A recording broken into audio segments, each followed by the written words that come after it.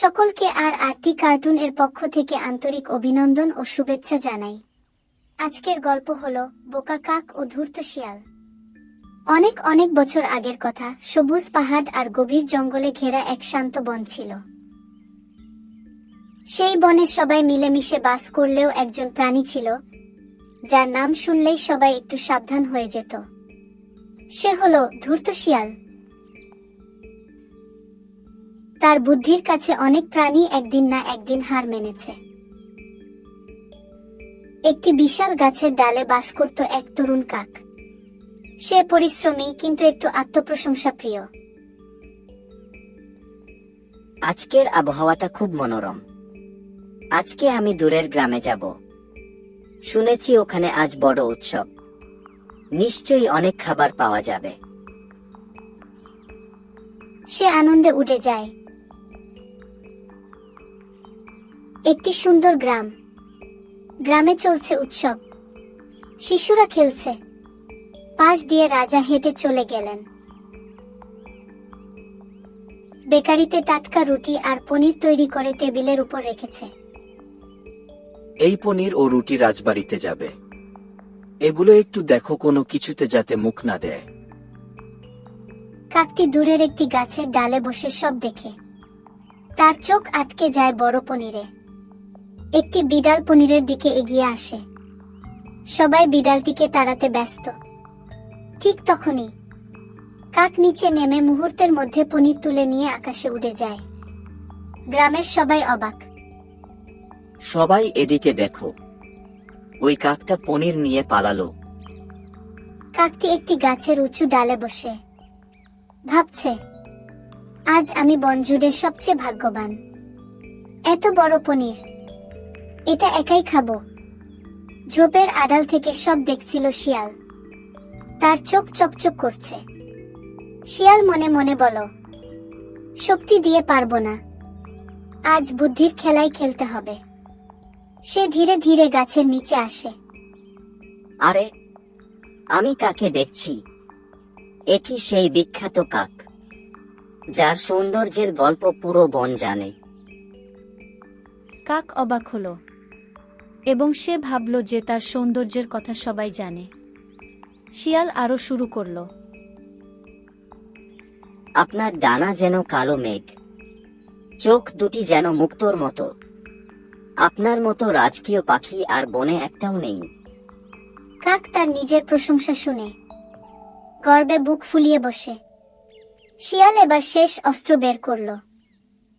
আমি শুনেছি আপনার গান নাকি কোকিলকেও হার মানায়, কিন্তু আমি কখনো শুনতে পাইনি। আজ কি আমার সেই সৌভাগ্য হবে? কাক মনে মনে ভাবে, আজ আমার প্রতিভা সবাই জানুক। কাক মুখ খুলে পনির নিচে পড়ে যায়।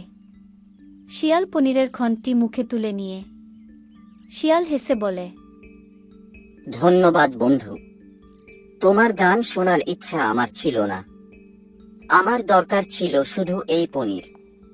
মনে রেখো, সব প্রশংসা সত্যি হয় না। কাক হতভম্ব। সে বুঝতে পারে যে সে নিজের অহংকারের কাছে হেরে গেছে এবং কাক একা বসে কাঁদছে। সেই সময় বনের এক পাখি এসে বলে, তোমার কি হয়েছে? তুমি একা একা বসে কাঁদছো কেন? কাকটি সম্পূর্ণ ঘটনাটি খুলে বলল ওই পাখিটিকে। পাখিটি ঘটনাটি শুনে বলল, ভুল সবাই করে, কিন্তু একই ভুল বারবার করলে সেটাই বড় ভুল। প্রশংসা শুনবে, কিন্তু আগে ভাববে লোকটি কেন প্রশংসা করছে। হ্যাঁ, আমি বুঝতে পেরেছি। আমি আর কখনোই নিজের প্রশংসায় মত্ত হয়ে যাব না। আবার একদিন কাক খাবার নিয়ে গাছের উঁচু ডালে বসে আছে। সেই সময় সেখানে শিয়াল এসে হাজির হয় এবং বলে, আরে, আমার প্রিয় বন্ধু যে, আজও কি একটা গান হবে ভাই? কাকটি এবার কিছু বলে না। পনিরটি শক্ত করে ধরে অন্য গাছে উঠে গিয়ে বসে। শিয়াল হতাশ হলো এবং বলল, আজ আর কাজ হলো না। মনে হচ্ছে কাক অনেক কিছু শিখেছে। সেদিনের পর কাক আর কখনো মিথ্যা প্রশংসায় বিশ্বাস করেনি। সে বুঝেছিল যে নিজের বুদ্ধি ব্যবহার করে তাকে সহজে কেউ ঠকাতে পারে না। আর শিয়ালও বুঝেছিল একই কৌশল সবসময় কাজ করে না। বনের প্রাণীরা কাকের এই পরিবর্তন দেখে খুশি হলো। কাকও নিজের ভুল থেকে শিক্ষা নিয়ে আরো বিচক্ষণ হয়ে উঠল। এই গল্পের নীতিশিক্ষা হলো, মিথ্যা প্রশংসা অনেক সময় প্রতারণার ফাঁদ তৈরি করে। অহংকার মানুষকে ভুল সিদ্ধান্ত নিতে বাধ্য করে। নিজের বুদ্ধি ও বিচার শক্তি ব্যবহার করলে প্রতারণা থেকে বাঁচা যায়। ভুল থেকে শিক্ষা নেওয়াই প্রকৃত জ্ঞান। বন্ধুরা, এই গল্পটি একটি প্রচলিত নীতি গল্প, যা প্রজন্মের পর প্রজন্ম ধরে শিশুদের সতর্কতা, বিনয় এবং বিচক্ষণতার শিক্ষা দিয়ে আসছে। মনে রেখো, যে ব্যক্তি অতিরিক্ত প্রশংসা করে তার উদ্দেশ্য সবসময় ভালো নাও হতে পারে।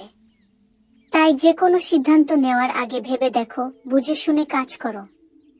আবার দেখা হবে নতুন একটি মজার ও শিক্ষামূলক গল্প নিয়ে।